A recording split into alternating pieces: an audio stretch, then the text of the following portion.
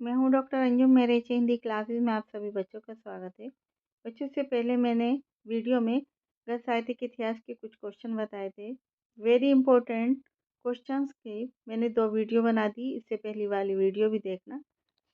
अब हम यहाँ बात करेंगे, आपके 10 नंबर आते हैं, 5 नंबर गद्य साहित्य के इतिहास के, 5 पद्य साहित्य के इतिहास के। जो वेरी इंपॉर्टेंट क्वेश्चन थे वो सब हमने ले लिए। पेपर आपका 2 खंडों में विभाजित होगा। पहले क खंड होगा। क खंड में जो मैं आपको बता रही हूँ ये क्वेश्चन होंगे। हजारी प्रसाद द्विवेदी की रचनाओं के नाम बताइए। बाणभट्ट की आत्मकथा, कबीर, कुटज, आलोक पर्व।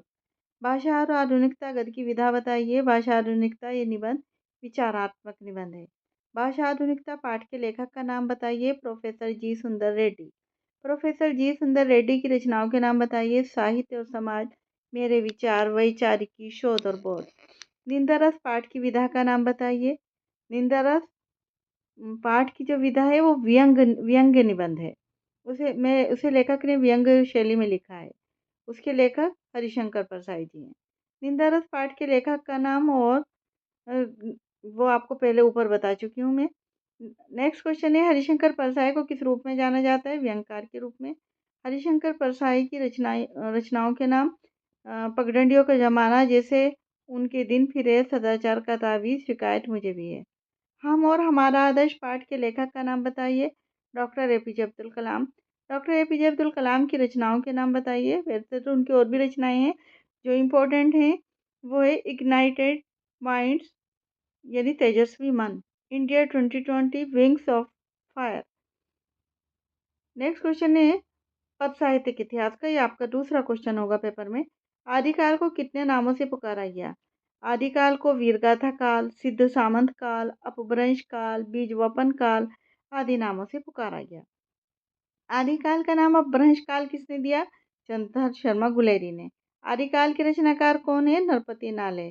हिंदी का प्रथम महाकाव्य कौन सा है और उसके लेखक कौन है? चंद्रवरदाई। पृथ्वीराज रासो ग्रंथ है और उनके लेखक चंद्रवरदाई हैं। हिंदी साहित्य के आदिकाल के लिए बीजवपन काल नाम किसने दिया? आचार्य महावीर प्रसाद द्विवेदी ने। हिंदी का प्रथम कवि किसे माना जाता है? सरापा को। अष्टछाप के कवियों का संबंध भक्ति काल की किस शाखा से? कृष्ण भक्ति शाखा से। मलिक मोहम्मद जायसी किस धारा के कवि हैं? सूफी काव्य धारा के। रीतिबद्ध और रीतिमुक्त काव्य धारा के रचनाकारों के नाम बताइए। रीतिबद्ध कविभूषण बिहारी, आचार्य केशवदास और रीतिमुक्त कवि हैं घनानंद तथा बोधन ठाकुर। सुमित्रानंद पंत को ज्ञानपीठ पुरस्कार उनकी किस रचना पर मिला? चिदम्बरा पर। कामायनी महाकाव्य में कितने सर्ग हैं? पहले भी बता चुकी हूँ, 15। कला और बूढ़ा चांद पर सुमित्रानंदन पंत को कौन सा पुरस्कार मिला? साहित्य अकादमी पुरस्कार। बच्चों आपको ऐसे भी आ सकता है, कला और बूढ़ा चांद रचना किसकी है? तो सुमित्रानंदन पंत की। और उस पर कौन सा पुरस्कार मिला? तो साहित्य अकादमी। दास सप्तक का प्रकाशन किसने किया? ये क्वेश्चन। प्रयोगवाद के प्रवर्तक कौन है? ये क्वेश्चन। प्रयोगवादी काव्यधारा के प्रतिनिधि कवि कौन है? ये। प्रयोगवादी काव्यधारा के जनक कौन है? इन सब का एक ही आंसर होगा, सच्चिदानंद, हीरानंद, वात्स्यायन, अज्ञे। कई बार पूछ लिया जाता है कि अज्ञे जी का पूरा नाम बताइए, तो आपको याद होना चाहिए सच्चिदानंद, हीरानंद, वात्स्यायन, अज्ञे। दास सप्तक का प्रकाशन कौन से सन में किया? 1943 में। रामधारी सिंह दिनकर को ज्ञानपीठ पुरस्कार उनकी कौन सी कृति यानी रचना पे मिला? उर्वशी पर। ये ऐसे भी पूछ सकते हैं, उर्वशी किसकी रचना है? तो रामधारी सिंह दिनकर जी की। उर्वशी पर कौन सा पुरस्कार मिला? इसी से 3 क्वेश्चन आपके बनने। तो ज्ञानपीठ पुरस्कार। दूसरे सप्तक के कवि का क्या नाम है? भवानी प्रसाद मिश्र। तीसरे सप्तक का प्रकाशन वर्ष क्या है? 1959। दूसरे सप्तक का प्रकाशन वर्ष क्या है? 1951। रामधारी सिंह दिनकर को उनकी काव्य कृति उर्वशी पर कौन सा पुरस्कार मिला? ज्ञानपीठ पुरस्कार। हरिघास पर शरभर किसकी रचना है? अज्ञे जी की। 2 प्रयोगवादी कवि के नाम बताइए, दोनों बहुत फेमस हैं, धर्मवीर भारती और अज्ञे। तीसरा क्वेश्चन होगा आपका, जिसमें आपको एक गद्यांश दिया हुआ होगा। उस गद्यांश को पढ़ के, जो आपकी गद्य गरिमा आपकी पुस्तक से ही होगा, उससे पढ़ के आपको आंसर देने होंगे। भूमि का निर्माण देवों ने किया, आवश्यक धर्म है। मैंने यहाँ पे आपको संकेत दे दिया, इसे आप वीडियो में जाके देख लेना। आप इस पे वीडियो बनाई हुई है। जन का प्रवाह अनंत होता है, डैश करके अनेक घाटों का निर्माण करना होता है। मैंने बहुतों को रूप से पाते देखा था, डैश करके सुरक्षित रहे। कहते हैं दुनिया बड़ी भुलक्कड़ है, अखाड़ा ही तो है। मुझे मानव जाति की दुर्दम डैश करके केवल बात की बात है। यहाँ पे ओनली संकेत दिए हुए हैं, इन पे पूरी वीडियो बनी हुई है, वहाँ से आप जाके इन्हें देख सकते हैं। जो मुझे गेस लगा कि ये इम्पोर्टेंट है, वो मैंने आपके लिए वीडियो बना दी।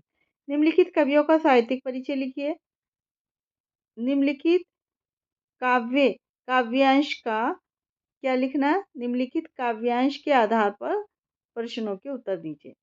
तो यहाँ भी जो मुझे काव्यांश इम्पोर्टेंट लगे वो मैंने आपको एक लिस्ट बना दी। मेरे प्यारे नव जलर से पहले ही है पवन दूतिका से विश्राम लेना। लज्जाशील पथिक महिला देश करके भूतांगना को, ये भी वहीं से है। कहते आते थे देश करके महास्वार्थ ने घेरा, ये दूसरा पार्ट के कई अनुताप से है। दुर्बलता ही देश करके निज विश्वासी, ये भी के कई अनुताप से है। बीती विहागरी, ये गीत है। कौन तुम, ये श्रद्धा मनु से है। नील परिधान देश करके छविधाम, ये भी श्रद्धा मनु से है। घिर रहे थे देश करके मंद बिहार, ये भी श्रद्धा मनु से है। ये श्रद्धा मनु वाला पूरा ही पाठ बच्चों वेरी वेरी वेरी इंपॉर्टेंट है। निम्नलिखित लेखकों का साहित्यिक परिचय लिखिए। वासुदेव शरण अग्रवाल, आचार्य हजारी प्रसाद द्विवेदी, सच्चिदानंद हीरानंद वात्स्यायन नग्गे। नेक्स्ट क्वेश्चन, कवियों का साहित्यिक परिचय लिखिए। अयोध्या सिंह उपाध्याय हरिओत, मैथिली शरण गुप्त, जयशंकर प्रसाद, महादेव वर्मा। नेक्स्ट क्वेश्चन, आलोक वृत्तखंड काव्य का कथानक संक्षेप में लिखिए। तो इसका कथानक होगा गांधी जी, कथानक लिखेंगे आप और गांधी जी का चरित्र चित्रण। 2 क्वेश्चन इसमें से दे दिए।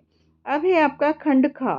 खंड खा में जो गद्यांश की अनुवाद करना आएगा वो पहली पाठ से कदाचित पुनरुद्धुम उचितः भोजस्योदार्यम से राजा तुष्टः भोजस्योदार्यम से राजा तस्य गुणः भोजस्योदार्यम से लक्ष्मी अनुद्यानामिनामिव, ये भी भोजस्योदार्यम से। याज्ञवल्क्य विदितं भवति और संस्कृतस्य संजायन्ते, ये संस्कृत भाषाया महत्वम से है। और संस्कृत साहित्य से गिरवान भारती, ये भी वहीं से है। सुखार्तिनः देश सुखम जलबिंदु निपातेन धनस्य च काव्यशास विनोदेन कलेन वा न चौर्हार्यम सर्वप्रधानम प्रोक्षेपयो मुखम उदयते महतामेक रूपता प्रीणाति लभन्ते निंदन्तु धीरः हिंदी आरब्धवन्तः। ये सब आपके सुभाषित रत्नानी से very very very important part है। वाक्यांश के लिए एक शब्द आएंगे, अनेकार्थी शब्द आएंगे, मुहावरे अथवा लोकोक्तियां होंगी। वर्तनी शुद्धि यानी वाक्य शुद्ध करने होंगे। उत्प्रेक्षा अथवा संदेह अलंकार की परिभाषा उदाहरण सहित लिखिए। रूपक अथवा उपमा अलंकार की परिभाषा उदाहरण सहित लिखिए। हास्य अथवा करुण रस की परिभाषा उदाहरण सहित लिखिए। वीर रस अथवा शांत रस की परिभाषा उदाहरण सहित लिखिए। सौठा अथवा कुंडलीय छंद की परिभाषा उदाहरण सहित लिखिए। चौपाई अथवा रोला छंद की परिभाषा उदाहरण सहित लिखिए। नेक्स्ट क्वेश्चन होगा आपका, अपने मोहल्ले में फैली गंदगी की स्वच्छता के लिए नगर निगम अधिकारी को पत्र। लिपिक पद की नियुक्ति हेतु प्रधानाचार्य को आवेदन पत्र। 10वां क्वेश्चन होगा आपका, एक निबंध लिखना होगा। निबंध में विद्यार्थी और अनुशासन, पर्यावरणता, प्रदूषण, विज्ञान की उपलब्धियां, मेरा प्रिय कवि या लेखक, साहित्य, समाज का दर्पण है। ये मेरी गेस यानी अनुमान के हिसाब से मुझे जो इम्पोर्टेंट लगा उसकी मैंने आपको एक वीडियो बना दी। अगर आपको मेरी वीडियो पसंद आई हो तो बच्चों मेरे चैनल को सब्सक्राइब करें, लाइक करें और ज़्यादा से ज़्यादा बच्चों में शेयर करें। धन्यवाद।